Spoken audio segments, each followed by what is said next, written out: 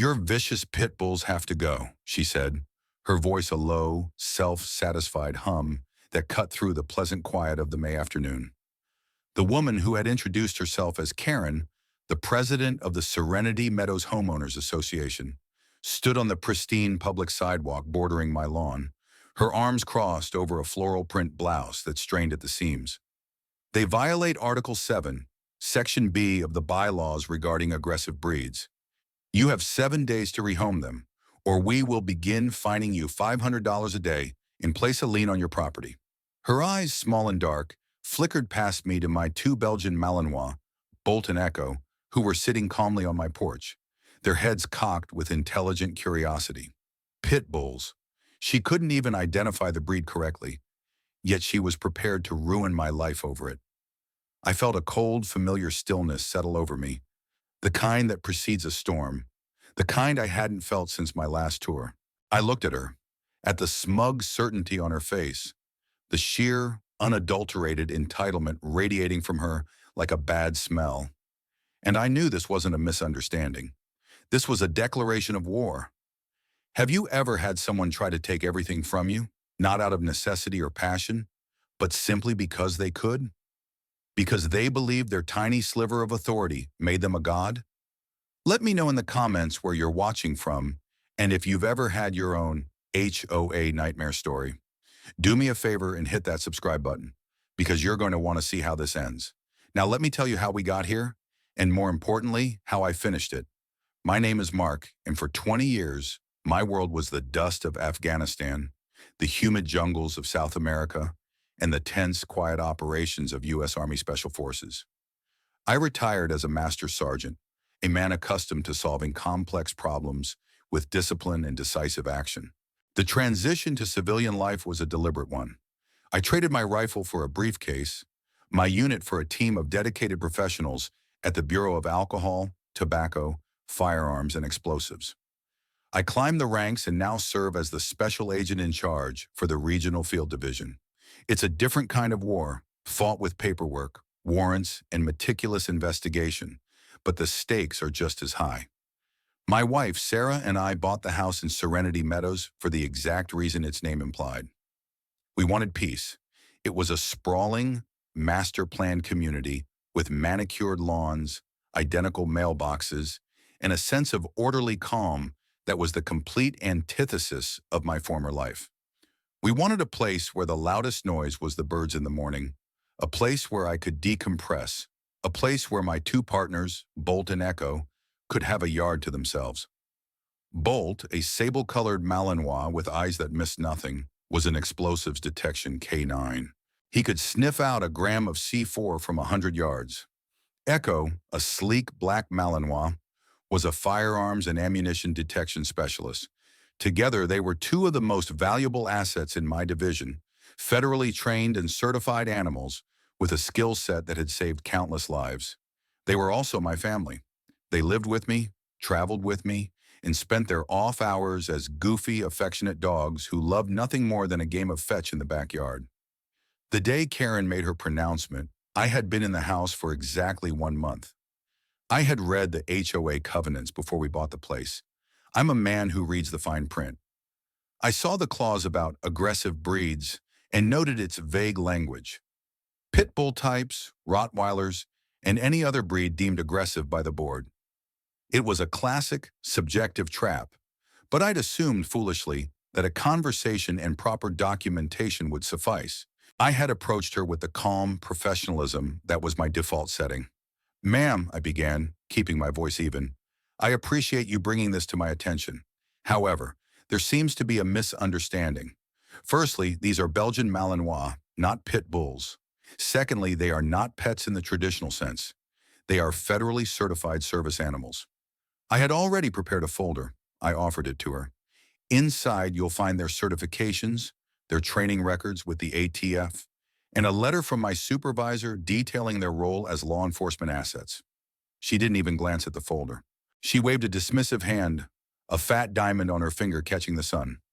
"I don't care what you call them," she scoffed. "They look vicious. They have the square head and the muscular build. That's a pit bull in my book, and my book is the one that matters here. We have rules to maintain property values and ensure the safety of our children." She gestured vaguely at the empty street. "I am the board," she added, as if that explained everything. The man beside her, a thin, nervous-looking fellow named Gerald, who I later learned was the HOA treasurer, just nodded along, his eyes fixed on his shoes. The sheer audacity of her statement, "I am the board," hung in the air. She wasn't an administrator of rules.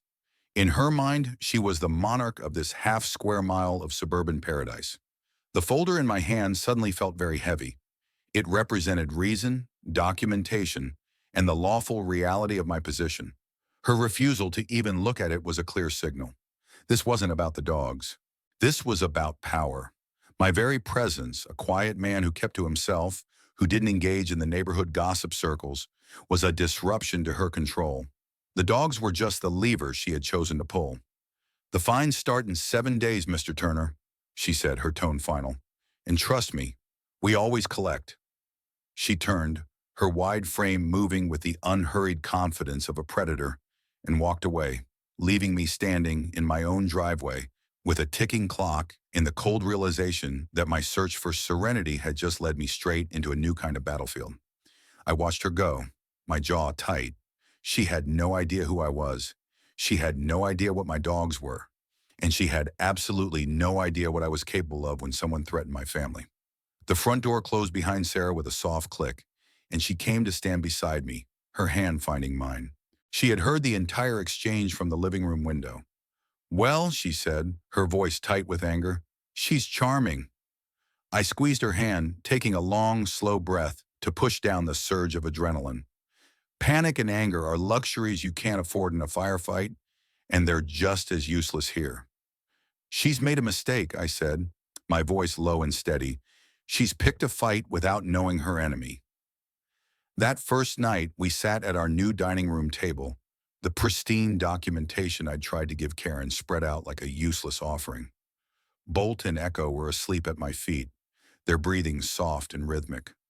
Looking at them, these incredible animals who had faced down armed criminals and sniffed out bombs in crowded arenas, being threatened by a woman whose greatest accomplishment was probably color coordinating the neighborhood's petunias, was an absurdity so profound it was almost comical. But the threat was real. A $500 daily fine was financial warfare, and the lien was a direct attack on our home, the sanctuary we had worked so hard for. My first instinct, the one honed by years in the military, was to go on the offensive, to overwhelm and dismantle. But my current profession had taught me a different, more potent lesson: the power of the process.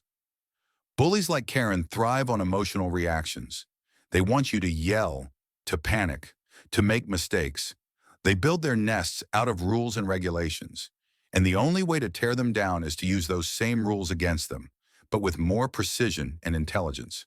So my war began not with a bang, but with the quiet hum of a scanner.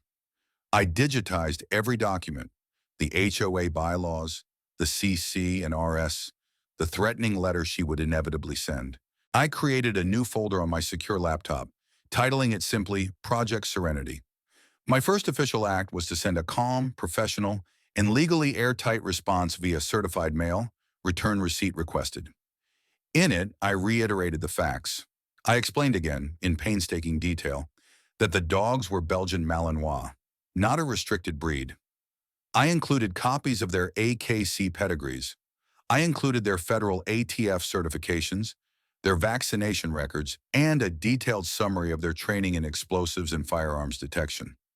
I also included a letter from my direct superior, the assistant director of the ATF, on official letterhead, explaining that the K-9s were critical federal assets required to live with their handler for bonding and immediate deployment readiness, a standard practice for law enforcement, K-9 units nationwide.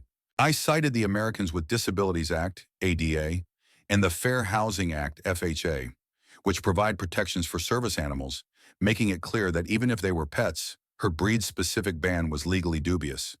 But as federal assets, they were unequivocally exempt from her petty rules. I ended the letter by politely requesting the board withdraw their threat in writing and formally acknowledge the dog's status.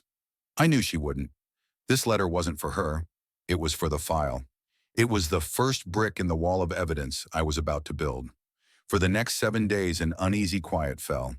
I installed a new security system, one with high-definition, wide-angle cameras covering every inch of my property's perimeter. Any visit, any snooping, any attempt to drop off a violation notice would be recorded in crystal-clear 4K video with time-stamped audio.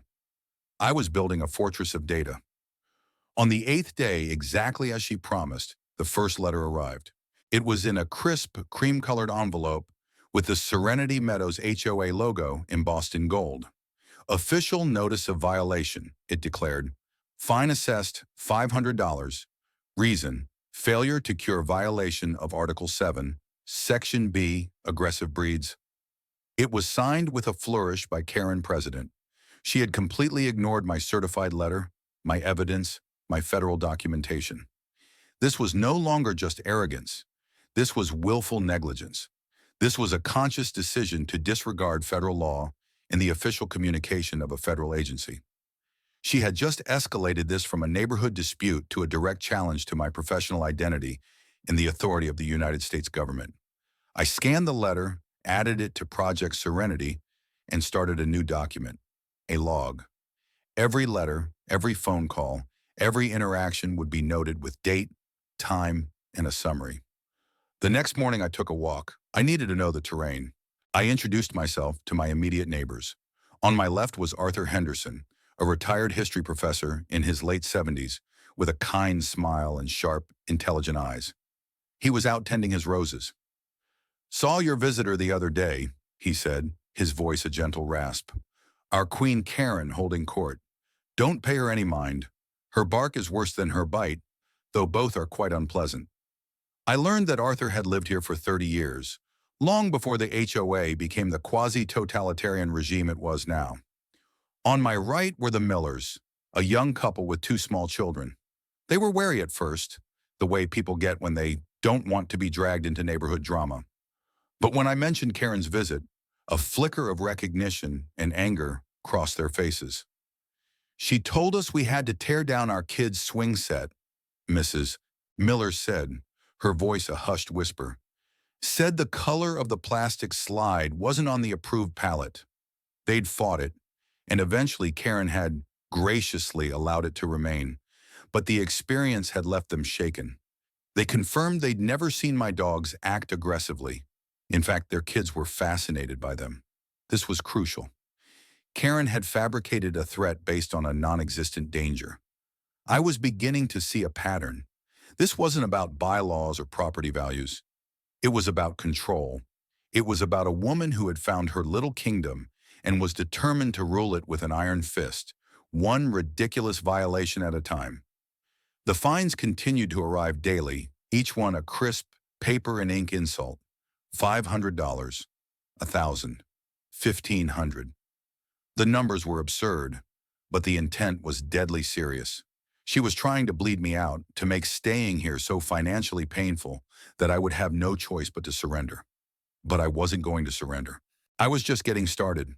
I was going to dismantle her kingdom, brick by brick, using the very tools she thought belonged only to her, the rules. The daily arrival of the fine notices became a perverse ritual. Each envelope, with its self-important gold embossing, was another log in the fire of my cold, methodical anger.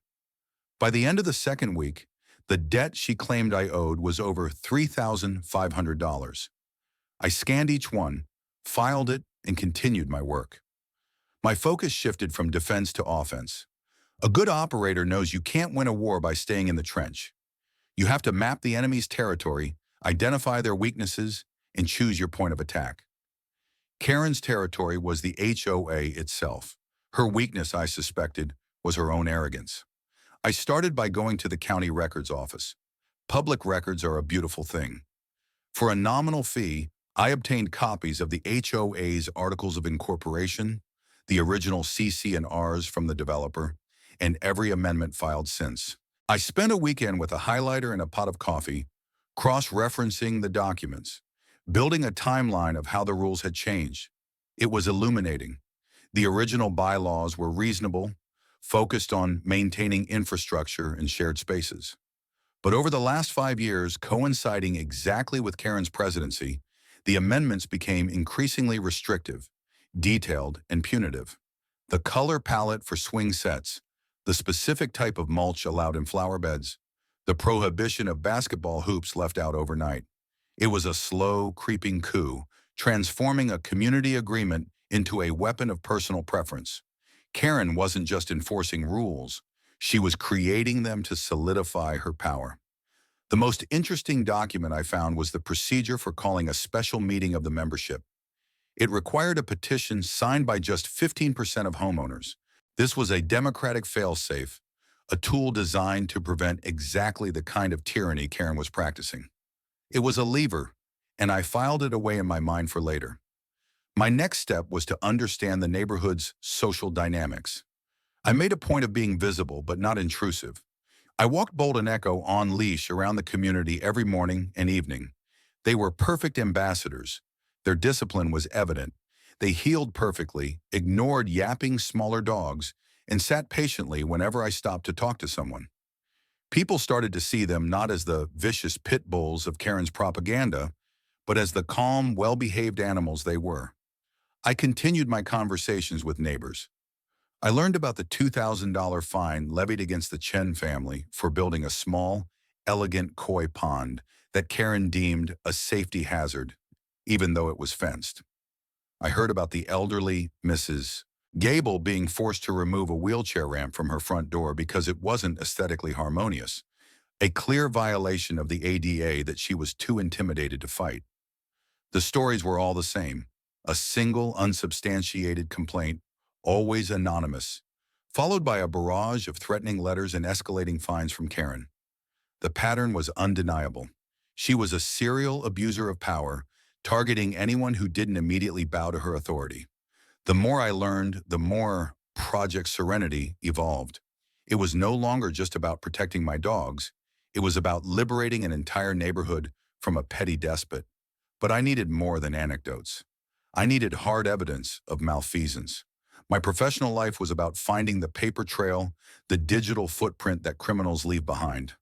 I decided to apply the same methodology to the Serenity Meadows HOA. Under the state's Property Owner Association laws, members had the right to inspect the HOA's financial records. I drafted another formal letter, again sent via certified mail, requesting a complete copy of the budget, bank statements, and all vendor contracts for the past 3 years. This was a direct strike at the heart of her operation. If there was corruption, it would be in the numbers. While I waited for her response, or more likely her refusal, Karen made her next, and perhaps most foolish, move. It came on a bright Tuesday morning. I was in my home office reviewing case files for an upcoming firearms trafficking bust when I saw the white truck with the county logo pull up to my curb. Animal control. 2 officers got out, looking hesitant. I met them at the door before they could even ring the bell. "Can I help you, officers?" I asked, my voice calm. The senior officer, a man named Davies, cleared his throat. "Sir, we received a call about 2 potentially dangerous and unlicensed dogs at this address. An anonymous complaint." "Anonymous," I repeated, letting the word hang in the air. "I see. Please come in." I led them through the house to the backyard, where Bolt and Echo were enjoying the sun. They stood up as we approached, alert but not aggressive. They didn't bark. They just watched, their tails giving a slow, tentative wag. "These are the animals in question?" Officer Davies asked, a note of confusion in his voice. "Yes," I said. "This is Bolt and this is Echo." I reached into the pocket of my jacket, the same jacket containing my ATF credentials, and pulled out a different set of documents. "And this," I said, handing him a laminated card, "is Bolt's federal certification as an explosives detection K9, and this is Echo's for firearms detection. They are not pets, officer. They are my partners." The officer's eyes widened as he read the cards. He looked from the cards to the dogs, then back to me. His entire demeanor shifted. The suspicion was gone, replaced by professional respect. "A TF?" he asked. I nodded, pulling out my own credentials and showing them to him. "Special Agent in Charge, Mark Turner. These K9s are federal assets.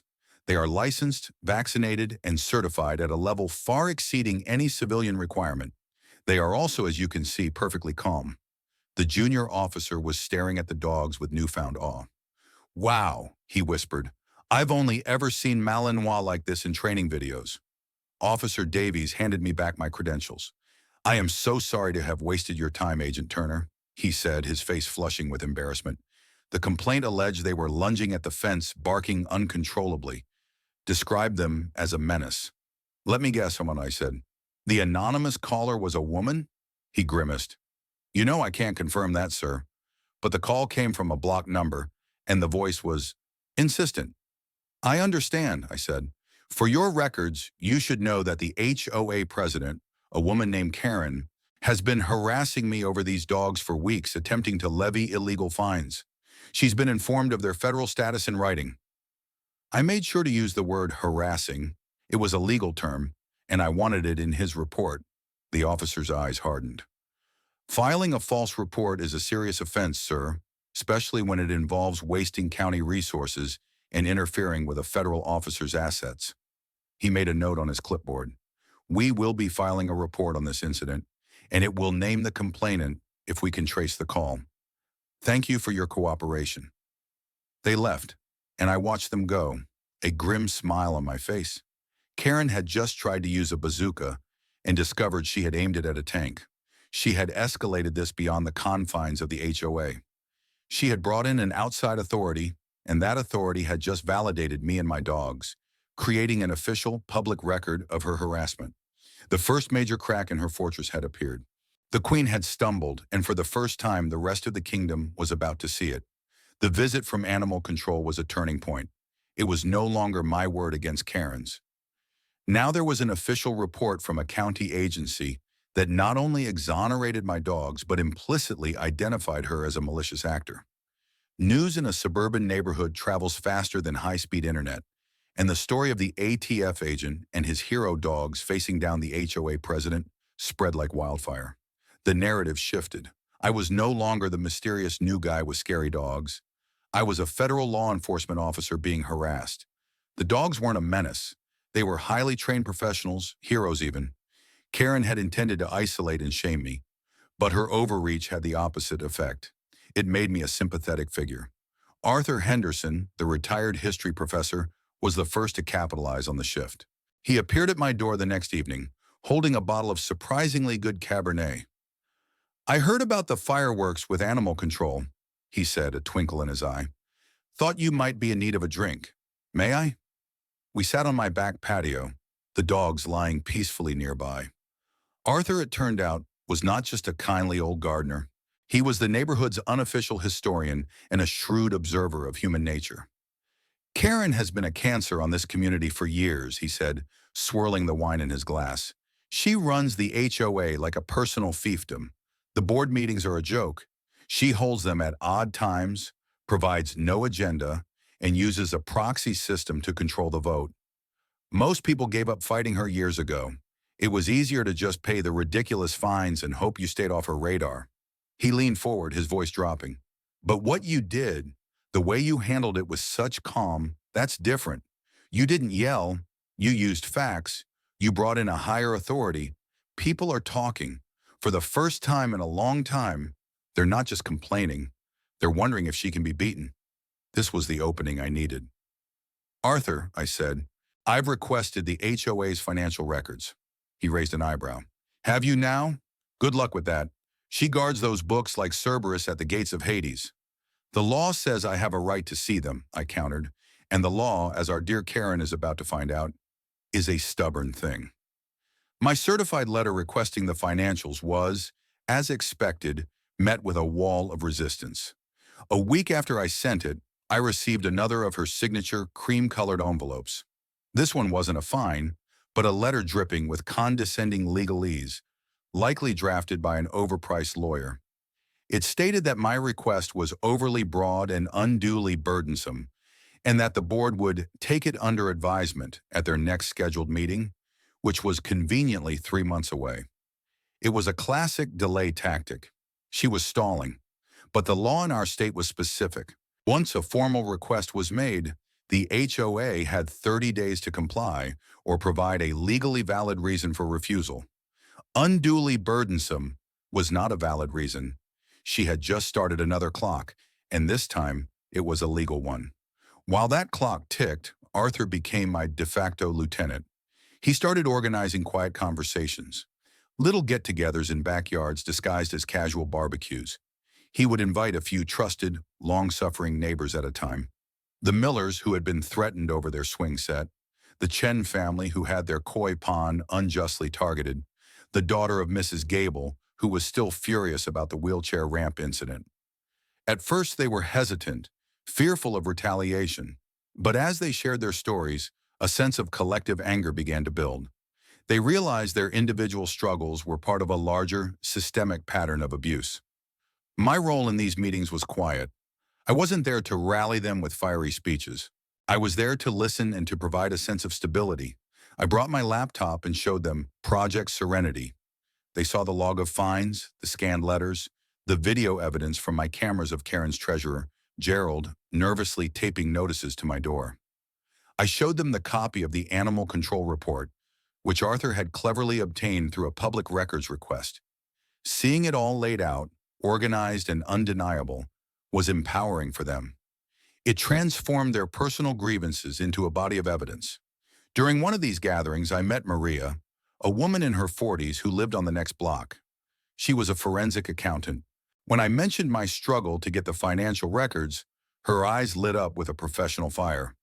"She's stonewalling you because there's something to hide," Maria said with certainty. "When you get those records, I'll go through them. For free.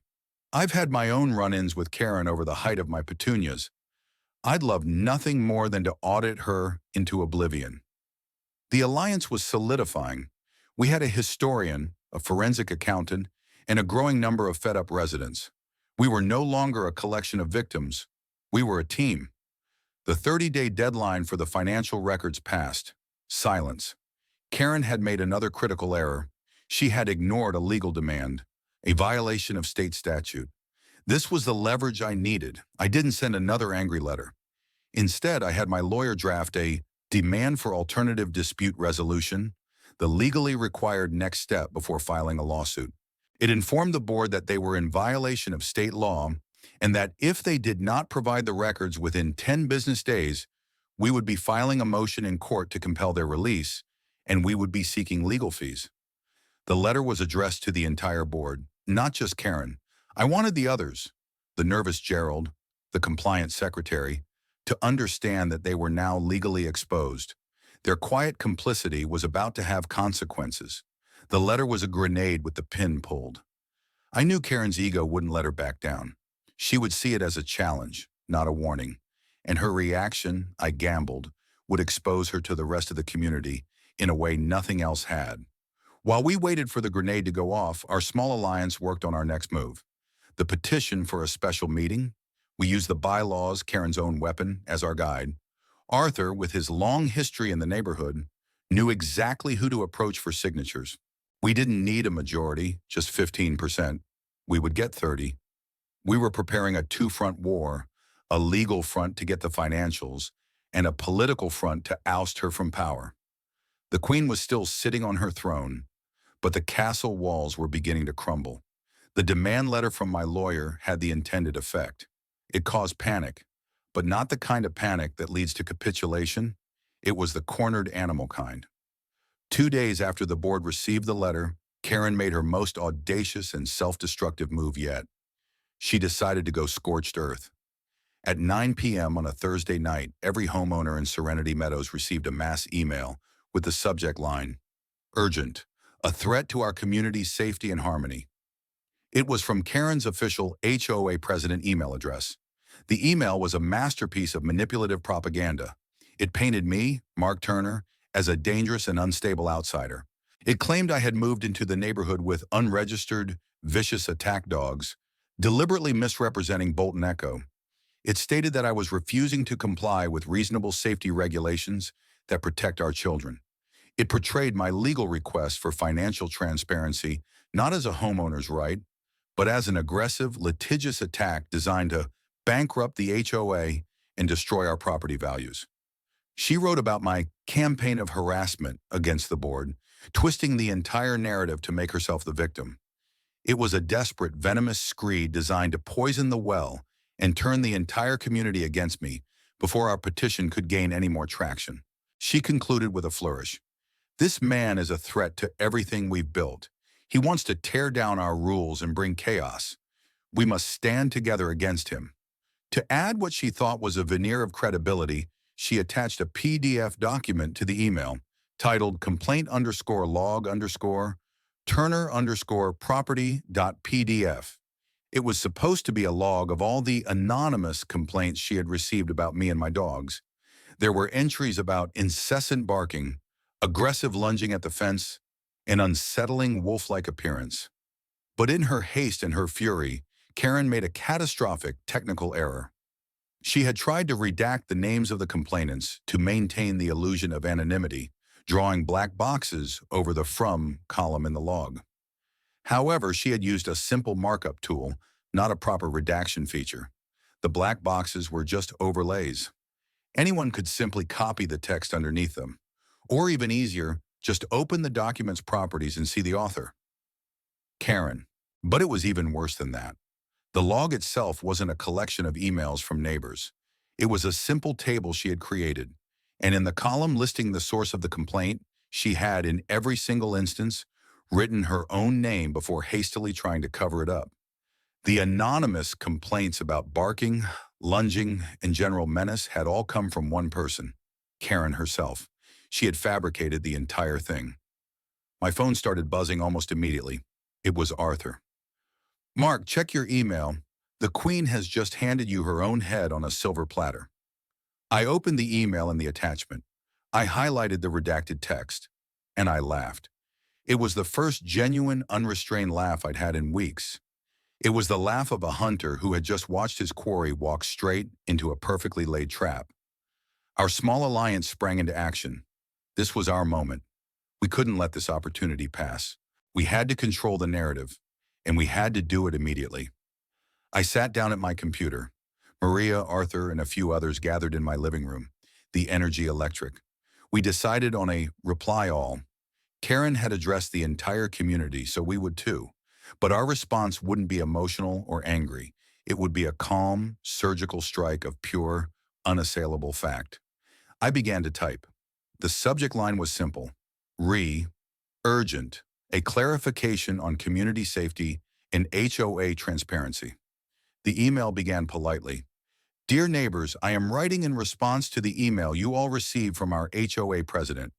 While I am not a fan of conducting community business via mass email, Ms. President's message contains serious and defamatory accusations that require immediate clarification." First, I addressed the dogs. I attached the full, unredacted animal control report, where the officers described Bolt and Echo as calm and well-behaved, and noted their status as federal K-9 assets. I also attached their official ATF certification documents and the letter from my assistant director. "These are not unregistered, vicious attack dog," I wrote. "They are highly trained members of a federal law enforcement team. The only person who has ever described them as a threat is Karen." Next, I addressed her fabricated complaint log. I explained in simple terms how her redaction had failed. I attached a screenshot showing her name clearly visible as the source of every single complaint. "The numerous anonymous complaints were not from our neighbors," I stated. "The evidence shows they were fabricated by Karen herself to create a false pretext for her actions." Then I moved on to the issue of financial transparency. My request to see our HOA's financial records is not an attack.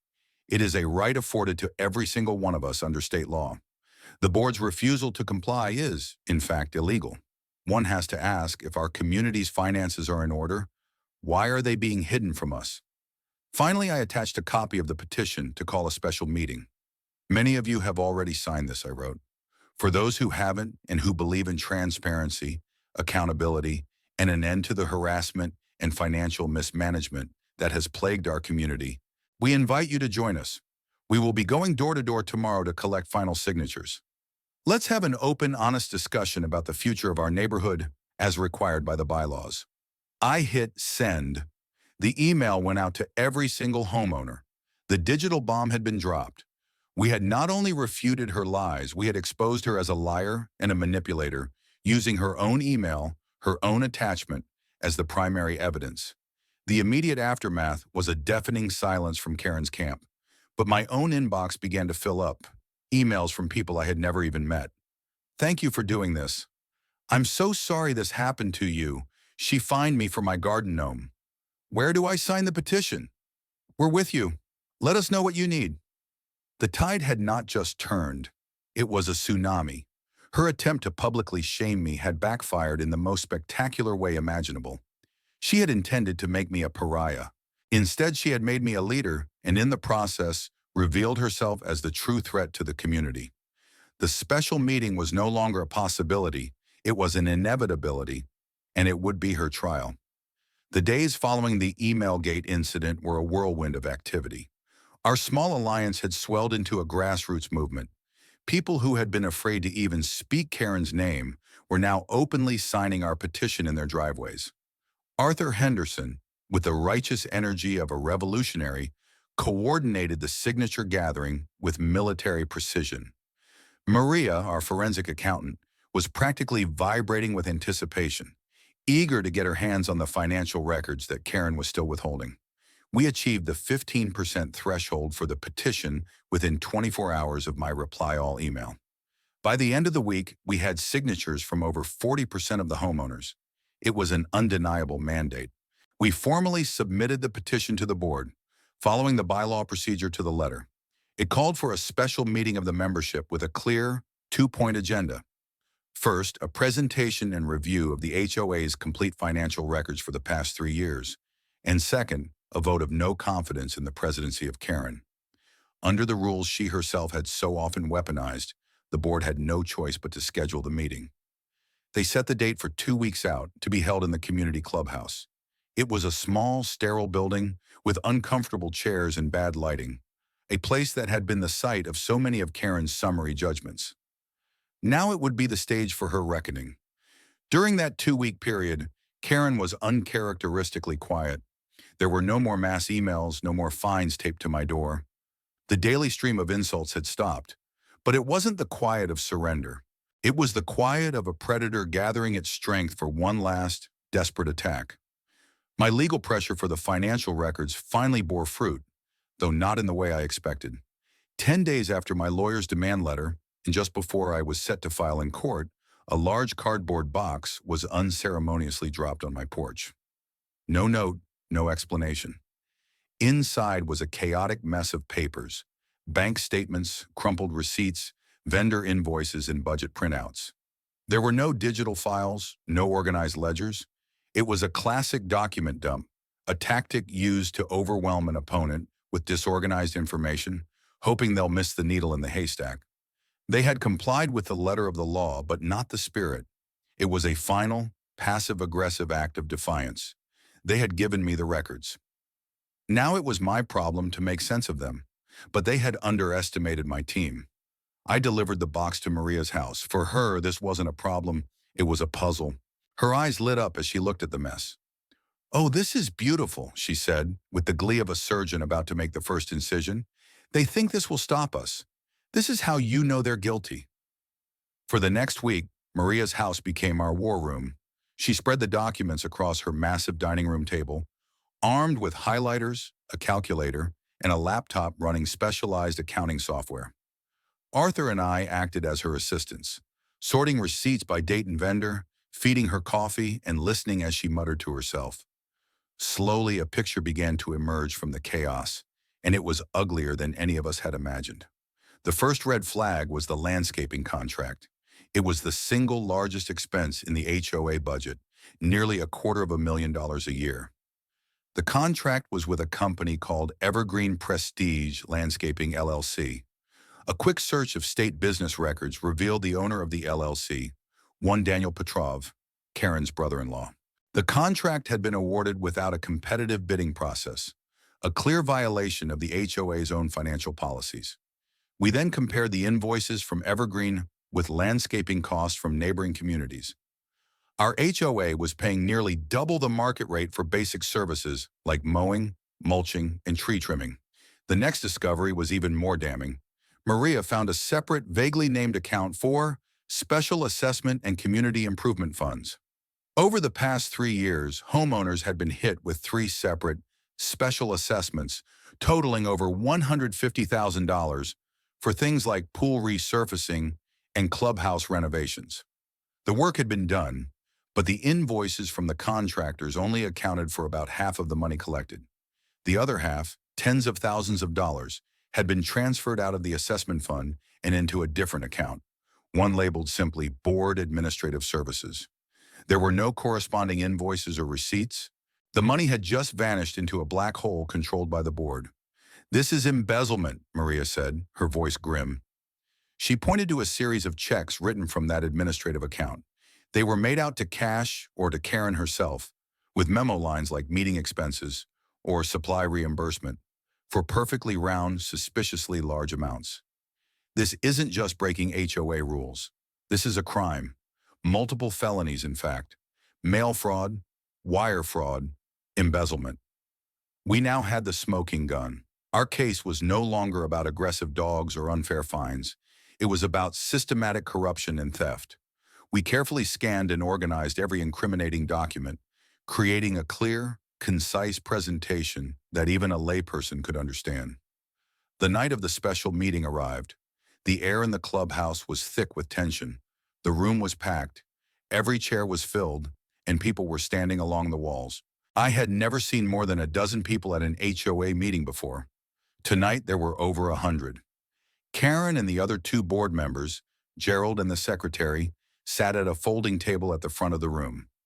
Karen wore a severe black pantsuit, her face a mask of forced composure. She tried to open the meeting with her usual air of imperious control, banging a small gavel.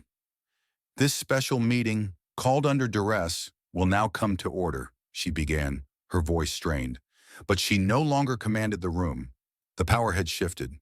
No one was looking at her with fear or deference. They were looking at her with cold, angry eyes. She had lost them, and she knew it. The first agenda item was the financial review. As per the plan, Arthur Henderson stood up and made a formal motion. "I move that homeowner and forensic accountant Maria Flores be allowed to present her findings from her review of the HOA's financial records." Karen tried to object. "This is not on the agenda. This is an ambush." But Arthur was ready. "Madam President, the agenda item is a presentation and review of the financial records. Ms. Flores is a homeowner, and she will be presenting that review. I call for a vote on the motion." A chorus of "aye" filled the room. It was overwhelming. Defeated, Karen slumped in her chair. The floor was ours. Maria walked to the front of the room, a laptop in one hand and a remote for the projector in the other. She exuded a calm, unshakable confidence that immediately commanded respect. Behind her, on the large screen that Karen usually used for her presentations on lawn maintenance, the first slide appeared. It was simple, just the title, "Financial Review of the Serenity Meadows HOA." "Good evening, everyone," Maria began, her voice clear and steady, cutting through the tense silence. "My name is Maria Flores. I've lived here for 8 years. By profession, I am a certified forensic accountant. At the request of my fellow homeowners, and exercising my right under state law, I have conducted a thorough review of our HOA's financial records for the past 3 fiscal years. What I am about to show you is deeply troubling." She clicked the remote. The next slide showed a pie chart of the HOA's annual expenses. A huge slice labeled landscaping dominated the chart. "Our single largest expense is landscaping," Maria explained. "We spend approximately $240,000 a year with a company called Evergreen Prestige Landscaping. According to our bylaws, any contract over $10,000 must be put out for competitive bid to ensure we are getting the best value for our money." She clicked again. A screenshot of the state's business registry filled the screen, showing the filing for Evergreen Prestige Landscaping, LLC. The name of the registered agent was highlighted in yellow, Daniel Petrov. "I found no evidence that this contract was ever bid on," Maria continued. "It was awarded directly to a company owned and operated by the brother-in-law of our HOA president, Karen." A wave of murmurs swept through the room. People were turning to look at Karen, whose face had gone pale. Her mask of composure was cracking. Maria didn't pause. She clicked to the next slide, a comparison chart showing the rates charged by Evergreen versus 3 other major landscaping companies in the area. Furthermore, the rates we are paying are, on average, 85% higher than the market rate. Over 3 years, this has cost our community an estimated $300,000 in overpayments. The murmurs grew louder, angrier. People were starting to do the math in their heads, realizing how their own HOA dues had been funneled into the pockets of Karen's family. But Maria was just getting started. "Now, let's talk about the special assessments," she said, her tone becoming even more serious. The next slide detailed the 3 assessments that had been levied for the pool, the clubhouse, and the tennis courts. The total collected was shown on one side, and the total paid to contractors was on the other. There was a massive gap. "As you can see," Maria said, pointing to the screen, "of the $158,000 collected from us for these projects, only $81,000 was actually paid to the vendors who did the work. So where did the other $77,000 go?" She let the question hang in the air for a moment, then clicked to the final, damning slide. It was a flowchart showing money moving from the Special Assessment Fund into the opaque Board Administrative Services account. From there, arrows pointed to a series of scanned checks.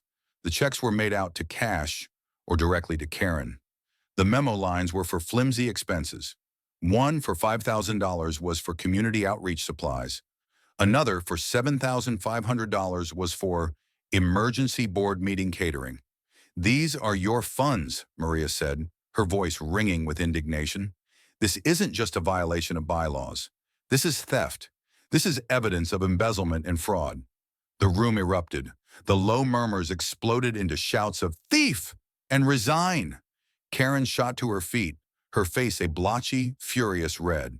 "Lies! These are all lies! This is a character assassination!" she shrieked, her voice cracking. "This is a conspiracy by a disgruntled homeowner because I tried to enforce the rules." But no one was listening to her. They were looking at the evidence on the screen, at the numbers that didn't lie, at the scanned copies of the checks with her name on them. Her power, built on intimidation and bluff, had evaporated in the face of cold, hard facts. I stood up. The room quieted, all eyes turning to me. I wasn't going to shout. I wasn't going to gloat. I was going to end this. "Karen," I said, my voice calm but carrying to every corner of the room. "The evidence is clear, but this meeting is about more than just the money. It's about a pattern of abuse." I looked out at the crowd. "Raise your hand if you have ever been fined, threatened, or harassed by Karen over a trivial, nonsensical violation." Hands shot up across the room. Dozens of them. The Millers, the Chens, Mrs. Gable's daughter, people I didn't even know. It was a silent, powerful testament to her reign of terror. "This was never about the rules," I continued, my eyes locking onto hers. "It was never about property values. It was about you and your need to control everyone around you. You targeted me and my dogs, not because they were a threat, but because I wouldn't bow. You fabricated complaints. You lied to this entire community. You called animal control and filed a false report, wasting city resources and attempting to have federally protected law enforcement assets seized." I let that sink in. "And while you were busy terrorizing your neighbors over the color of their mailboxes and the height of their grass, you were systematically stealing from them." I turned back to the crowd. "The second item on our agenda is a vote of no confidence in the presidency of Karen. I believe the time has come to take that vote." Arthur Henderson, standing near the front, boomed, "I second the motion." Karen tried one last time, her voice a desperate screech. "You can't do this. I am the president. I will not recognize this vote." But it was too late. Gerald, the treasurer, who had been shrinking in his seat the entire time, finally broke. He stood up, trembling. I vote yes," he stammered. "I vote for no confidence." The secretary, a woman who had been a silent accomplice for years, quickly followed. "Yes, no confidence." The dam had broken. The vote was a formality. It was a roar of ayes, a cathartic release of years of pent-up frustration and anger. When the call for nays came, the only sound was the hum of the overhead lights. It was unanimous. Karen stood there for a moment, stunned into silence, her face a mask of disbelief. Her kingdom had crumbled. Her subjects had revolted. She grabbed her purse and stormed out of the clubhouse, pushing past her former neighbors without a word. The door slammed shut behind her, and for the first time in 5 years, the air in Serenity Meadows felt clean. The immediate aftermath of Karen's ouster was like the calm after a hurricane.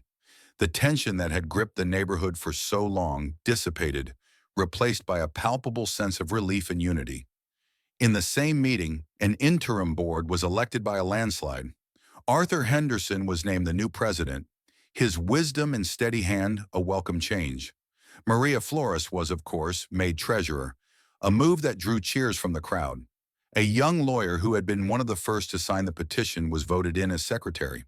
Their first official act was to unanimously vote to expunge every fine Karen had ever levied against me and to issue a formal written apology on behalf of the HOA. Their second act was far more significant. The following morning, Arthur and Maria, armed with the meticulously organized files from Project Serenity, went to the district attorney's office. They didn't just walk in with a box of messy receipts. They presented a clear, comprehensive case file, complete with a narrative summary, highlighted evidence, and Maria's expert financial analysis. They laid out the case for embezzlement, mail fraud, wire fraud, and conspiracy. The DA's office, accustomed to dealing with convoluted white-collar cases, was reportedly stunned by the clarity and completeness of the evidence. They assigned an investigator that very day. Weeks turned into months. The new HOA board worked diligently to undo the damage of Karen's regime. They held open meetings with clear agendas. They implemented a transparent, competitive bidding process for all contracts, immediately terminating the one with Evergreen Prestige Landscaping and hiring a new company at half the price. They rewrote the most absurd and punitive bylaws, focusing on common sense and community well-being rather than aesthetic tyranny. The wheelchair ramp was rebuilt, the koi pond was officially approved, and the swing set was declared a community treasure. The entire culture of the neighborhood began to change. People started talking to each other again. There were block parties. The clubhouse, once a place of judgment, became a center for community gatherings. It felt like the Serenity Meadows we had hoped for when we first moved in. I kept a low profile through all of this. My goal had never been to become a community leader. It had been to protect my home and my family. With the threat neutralized, I was content to fade back into my quiet life. I focused on my work, on Sarah, and on my partners, Bolt and Echo, who were blissfully unaware of the suburban drama they had ignited. They were just happy to have a secure yard and endless games of fetch. Then about 4 months after the special meeting, I got a call. It was from the lead detective at the DA's office. "Special Agent Turner," he said, "I'm calling as a courtesy to let you know we've just executed arrest warrants for Karen and her brother-in-law, Daniel Petrov. They've been indicted by a grand jury on multiple felony counts, including embezzlement and conspiracy to commit fraud." He paused, and I could hear the professional respect in his voice. I also wanted to say, off the record, that was the most well-prepared civilian case file I've ever seen. You guys handed them to us on a silver platter. It made our job easy. "I'm glad we could help," I said simply. "They did this to themselves." The news of the arrest was the final, satisfying chapter. Justice, real legal justice, was being served. Karen's petty tyranny had escalated into a criminal enterprise, and now she was facing the consequences not of an HOA bylaw, but of state and federal law. Her arrogance had been her undoing. She had picked a fight with the wrong person, not because I was a federal agent with special powers, but because I was someone who refused to be bullied and who understood the power of patience, documentation, and the law. A few days later, I was out in my yard, throwing a well-worn tennis ball for Bolt and Echo. The sun was setting, casting a warm golden light over the neighborhood. I saw Arthur Henderson walking down the sidewalk. He stopped at my driveway, leaning on the fence. "Quite a day," he said, a small smile on his face. We had seen the local news report. It showed Karen, no longer in her power suit, but in a rumpled blouse, being led from her house in handcuffs. Her face was no longer smug or defiant. It was just scared. "Indeed," I replied, throwing the ball again. Echo leaped into the air, catching it with athletic grace. "Heard you're rewriting the rule about aggressive breeds," I said. Arthur chuckled. "We're striking it completely. We're replacing it with a simple clause about responsible pet ownership. We're even thinking of adding a K9 hero clause in your honor. But Maria said that might be a bit much. We stood in comfortable silence for a moment, watching the dogs play. The sound of their happy panting and the thud of the ball was the only noise. You know, Arthur said, his voice thoughtful, for 30 years I taught history. I taught about tyrants and revolutions, big and small. They all have one thing in common. Their power is an illusion, built on the fear and silence of others. The moment one person stands up, calmly and without fear, and says no, the illusion begins to shatter. He looked at me, then at my dogs. You didn't just save yourself from a few fines, Mark. You gave this whole community its voice back. You reminded us that we have the power, not the bullies. I nodded, a sense of deep, quiet satisfaction settling over me. The war was over. We had won, not through violence or intimidation, but through intelligence, persistence, and the simple, unshakable power of the truth. Karen had tried to take my home and my family.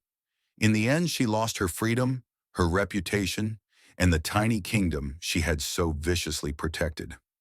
And I was left with exactly what I had wanted from the very beginning: a quiet street, a peaceful home, and the company of my loyal partners. The quietest man in the room had made the most noise, all without ever raising his voice.